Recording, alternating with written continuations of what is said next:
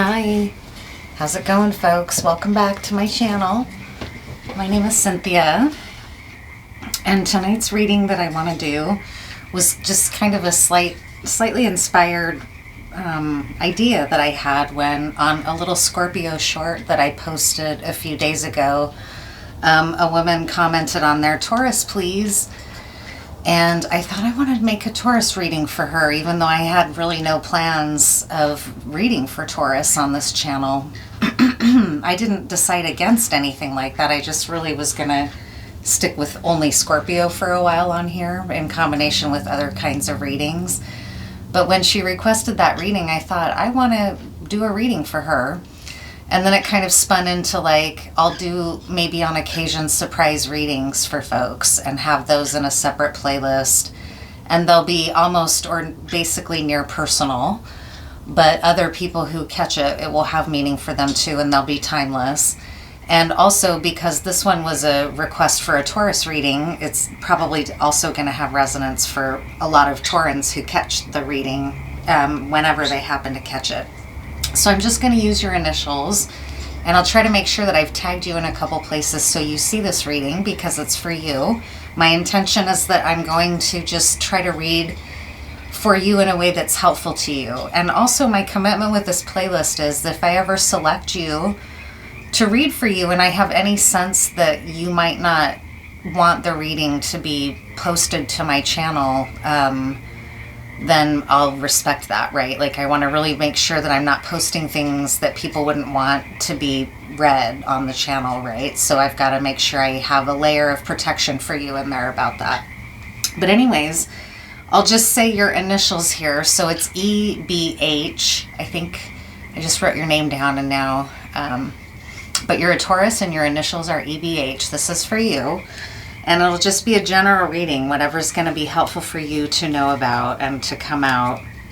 And I'm sorry it's so dim. It's nighttime and I didn't want it to be too bright in here. I kind of wanted to capitalize on the light, and maybe I can, with the filter, improve on it somewhat. I can see it's a little bit dark, but that's okay. I mean, it's nighttime. I'm also hoping that you might be able to hear the frogs outside. I'm not sure. They're Pacific tree frogs singing. I'm not sure if they'll pick up or not. What's going to be something helpful for you to know and other Taurus folks that catch this reading?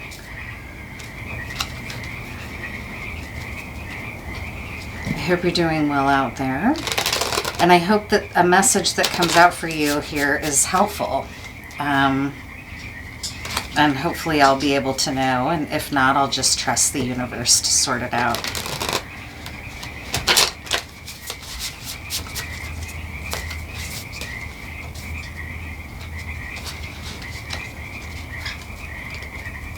What's going to be helpful for you to know for this almost personal Taurus reading? It is personal.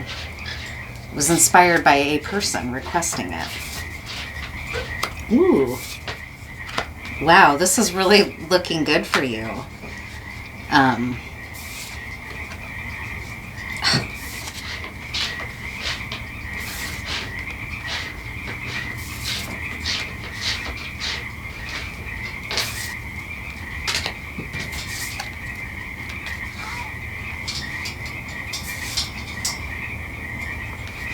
Okay, so this is going to be a very beautiful reading for you, I think. I have a sense already of these cards being very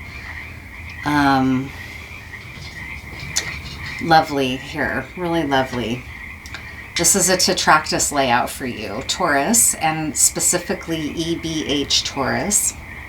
And if I end up getting your initials wrong, because sometimes I'm a weirdo with names, even though I just looked at the name, I'll then have it leave my mind right away. So if I'm getting your initials wrong, I'll try to type them accurately.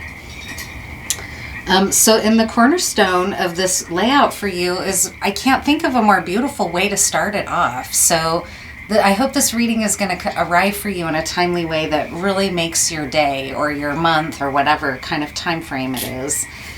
It's the Ace of Cups. So this is so beautiful. What a beautiful energy to start. A little bit of deficit here is I don't know how much you know about tarot. But what I'll just say is that this is like one of the most powerful symbols, the most powerful symbol of unconditional love represented in the tarot deck, a deck of 72. So it's like the love of God, the love of a parent and a child, the love of the earth for us. Like, it's a very nurturing, heart-centered, heart chakra, abundant kind of love, and it's in the cornerstone of your layout. So this is really positive, beautiful energy. It might represent you and how you are in the world for your loved ones, or it could just represent that you're being blessed with some really unconditional love in a beautiful way. I mean, sometimes something like this can be a new baby, and there's actually another ace card here. So 2 aces, which is really powerful right in these 2 corners. That alone is very beautiful, just image-wise from this layout, to have these 2 aces right here, right? Very beautiful. Water element, earth element. So the Ace of Cups is the cornerstone energy of this layout. The facts are the Ace of Pentacles. So this could be something like a pregnancy. There might be a pregnancy happening, or a recent birth of a child. It could also be a birth of twins, but not in any way does it have to be baby or child related. It could be new beginnings and new starts in your security, or that you are planting seeds for future things that you want to manifest for yourself, right? What else here? What you sense and what you're feeling is you're a little worried. You might have a hard time kind of believing this kind of thing, like this level of love, this level of powerful love. Well, you know that your fate is changing, and that it's basically what you're sensing is that it's pretty fortuitous. There's still a little part of you that's kind of doubting or worried. Like, what if it doesn't happen? What if somehow, just as I'm getting my hopes and dreams and thinking they're going to happen, what if they get yanked away? You might have been someone who's had to survive a lot of disappointments like that. So that I've worked with this a lot with folks in my life, where it's hard to feel a sense of long-term joyousness, because there's this anxiety that comes with it of, yeah, but when will something go wrong? When is that going to change? Or I don't ever get to feel happy for too long. Life kind of has always snatched that away at some point, right? So there might be some wounds of the past that show up here right now in this energy as just worries that maybe it's not going to happen. But usually with this card, this means that they're worries of the mind that don't necessarily reflect reality. Although one thing I want to point out about this card, this is a very natural world-based deck. Hopefully, I don't know how well you're going to be able to see them in this dim light. But with this Knight of Swords, this is a polar bear. And as you can see in the background, there's icebergs. And for many of us, if we've been paying attention, the worry is real for that, right? And so these worries have a sorrowful component to them. There might be something really beautiful happening that's laced with sorrow for some reason. Like, I'm thinking of the birth of a child where someone else in the family may have lost a child, or there might be some feeling like that, for example, or your abundance and success might have a layer of sadness with it because there are some people that aren't going to come with you, right? It could be anything like that, but I'm sensing that there's just a little bit of a sting or a worry. It's almost like a piercing of the heart is what it feels like. That's just a little bit of a worry. And if we know anything about the polar bears losing habitat, and there was that horrible video that came out several years ago of a starving polar bear where there were really alarm bells. So there might be something to that for you, that this Nine of Swords is real. It's not just an illusion of the mind. It's a real layer of sadness or concern that runs through this abundant, joyful, otherwise wonderful thing. There's some sting to it for some reason. I just feel like I got hung up on trying to capture that in words. So it might be difficult to capture in words. You might be facing, how do I even broach this and discuss whatever this is with people? Because there is some sorrow, and I keep getting the feeling like maybe you have to kind of rein in, or not dim your light, but like dim the light of the joy that's coming for you a little bit, because there might be some people around you who are hurting. And so you're trying to be aware of that. That's coming through. That's a strong feeling that you're worried about being too high on your joyous new stuff and heart-centered, exciting changes in your own fortune. You're very aware that there might be some people close to you that that's not what's happening for them, and you don't want to be insensitive to that. So let's see here. Your vulnerability is the Four of Pentacles. So you may have, like I said too, when we're talking about a little bit of a worry about something maybe coming in and ruining what you're trying not to get your hopes up, but your feelings are good about it. You sense that it's going in a good direction. A vulnerability for you is that you may have had a lot of loss in the past, or a lot of disruption to your sense of a happy home, or happiness and joyful sense of stability and community. That may have been something that you felt eluded you in the past, or was taken from you at some point. And you may really have a yearning for it that makes you vulnerable in a way. And I know that sounds weird, but like I could see this being like you may want to connect with others so much that you bond with some folks that love bomb you, and then it turns out it wasn't so great, right? It turns out that there's maybe you joined a family that has a lot of vipers in it or something, right? Like, oh no, what did I get myself into, right? How did I wind up in this snake den? I don't know where that's coming from, but it's a vulnerability. You may have placed a desire to join with others and build a solid foundation with the wrong people, and that's now become a vulnerability for you. Yeah, because the very heart of this is a judgment day. So while the judgment day is bringing some really wonderful things in for you, some others are going to have to lose. And so that's kind of the hard thing about Judgment Day too. If you think about, for people who are in the Christian church, for example, there's always concern. I have my aunt and uncle who are very devout Christians in the South. So that's very, I'm not of that culture really. So it's hard for me at times to remember even how essential it is to who they are.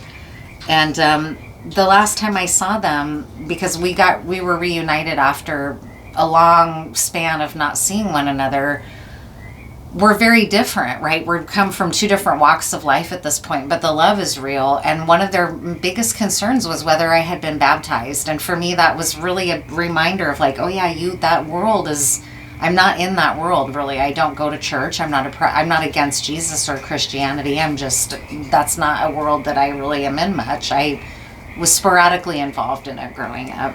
So a judgment day is something like that, realizing, what if my loved one, if I'm a Christian person, facing that your loved one may never be saved, and then in your belief system that means that you won't be together in the afterlife, and that could bring you some kind of sorrow. It could be something like that. This judgment day though that's coming, I really want to emphasize that for you, the outcome is positive for this judgment day. It's just that not everybody's going to get to celebrate. So I know I keep really harping on that, but the message is really strong. So I feel like I'm supposed to be emphasizing it just to make sure this is for you, or that I'm picking this up for you, and I'm hoping that you can hear it and be comforted or reassured in some way, and seen for what you're going through. You may not have really even been able to speak much with anyone about this, and so this is helping you be seen, to know it's okay to get excited because it's real what's happening, even though and then your strength here is that because you may have been a survivor of a lot of stuff going down in your life in the past, you're able to pick yourself up and move forward again, even if after a sorrow or after a heartbreak. And you are going to be fully capable. And in fact, don't let the sorrow for the people that can't come with you ruin your success. That's the warning here, and the strength. You seem to have the wisdom to know, I still am allowed to be joyful, and I'm allowed to claim my joy, right? Even if these other people are hurting. I don't want to rub their face in it, but I'm allowed to be happy. You don't need to feel ashamed for celebrating what is going to be joyous for you, right? The shadow aspect of yourself, or the part of you that represents maybe, you know, these two cards could be looked at like the devil and angel on your shoulders. They can also be like your shadow side and your conscious mind, right? So the shadow or devil side might be telling you to walk away or give up, or that this really is too good to be true and it's not going to happen. Or these old players that maybe can't come with you or are not going to get to enjoy it. You might be tempted to turn away from your own victory or wonderful things that you've manifested for yourself. These might be old voices like, I can't leave those folks behind, even though have those folks ever poured into your cup, for example, right? Or were you always the one pouring into theirs? It could be something like that this is an old, like, codependent part of you that's worried and trying to tell you, you don't want to leave people behind. That's not who you are. But the reality is that these are maybe grown people, for example, right? So at some point, when is a grown person responsible for themselves? Yes, it's very much, we're a community and we uplift one another, and we try not to leave people behind. And this doesn't even necessarily need to be looked at as leaving anyone behind. This is abundance that you've created for yourself. This isn't something that's just falling into your lap. There is a component of it being the right time for you, things lining up for you, timing, as well as the hard work that you've done and the good heart that you have, right? That's been seen by, like, the Most High, right? That's been seen. And there might be parts of you that feel like guilty about it, I guess, and tempted to not claim it when it's arriving. But the conscious mind is, you know, this is good news. You know, this is the good that's coming for you. You know, I don't sense that your conscious mind here is going to let these worries prevail. Okay. And then in the outcome is the Queen of Cups in the upright, just this beautifully heart-centered, water-based time for you in queen status energy. Queen meaning feminine energy, meaning receptive. So it doesn't have to be gender-based and how we're showing up in our body. It's the energy that we're emanating from us, right? Receptive energy is receiving love, loving and giving love, right? A Queen of Hearts or Cups is the Queen of Hearts, right? Very heart-based, water-based. Ace of Cups and Queen of Cups. Come on, Taurus. This is really, really, really beautiful. And because of this Tauran energy with this Ace of Pentacles, this is like you might have water in your chart, for example. You might be a Scorpio and that's how you ended up at that Scorpio reading, and then you have and Taurus is another aspect of your chart. This is just really beautiful for you. Really a really beautiful reading, and it's making me feel delighted that I decided to do this. Really happy to share this information. So I'll just pull here another couple cards and then close this out. I hope you enjoy this. I hope it makes you feel good.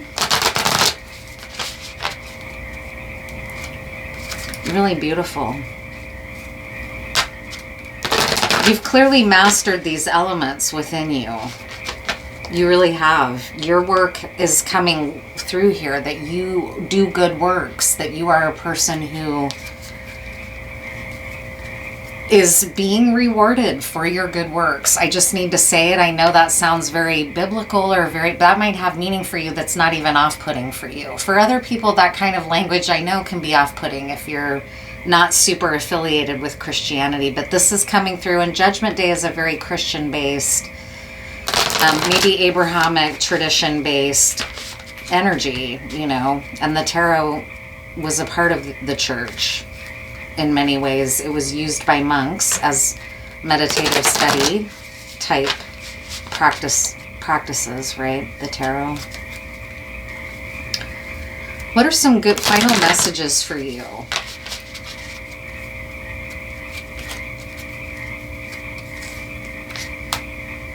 Co-create. Perfect timing. Here and now. This is beautiful. You're in a place here with this Taurus energy and this Taurus reading to co-create with your God, your guides, the Most High, because this is all very meant to be. There's this sort of divinity associated with this, or this divine destined Wheel of Fortune, Ace of Pentacles, Ace of Cups, Queen of Cups, Judgment Day. This is a very epic time for you, where you basically, if you can think it, it will become. If you speak it, it will become, right? You're co-creating, you're in an alignment with fate or with nature or with the elements. You're really in a harmonized place with that. With this TikTok card, this is time. With this Wheel of Fortune, it's like the mechanics of the clock are turning in harmony with the creations that you're manifesting with this Ace of Pentacles. It's really beautiful. In the here and now, it's coming for you. It's okay to allow yourself to feel the sadness and grieve those or what is not coming with you. You are allowed to have it be bittersweet. It doesn't mean that if you touch down into the sadness, you're going to be robbed yourself. But there's risk of that if you listen to this shadow side of you, or this little devil on your shoulder that might be accusing you of being selfish for wanting to rise above and out of a certain circumstance and into something new, even if everyone isn't coming with you, right? You're pretty wise. Like, you have a really wise energy and a wise soul, right? You understand that there's something greater for you. You understand that it's becoming present. You sense that it's very real. That worry is real, but you also even seem to be very capable of recognizing, and I don't need to do that. I can turn that right back into joy for myself while recognizing that it's bittersweet. So I hope that is helpful to you. I just want to thank you for being here. I sat down really weird, and now it's going to be hard for me to get up because I'm becoming into my midlife where my joints are really stiff. I'm kind of thinking I'm getting osteoarthritis. I don't know. Oh, okay. Thank you so much, Taurus.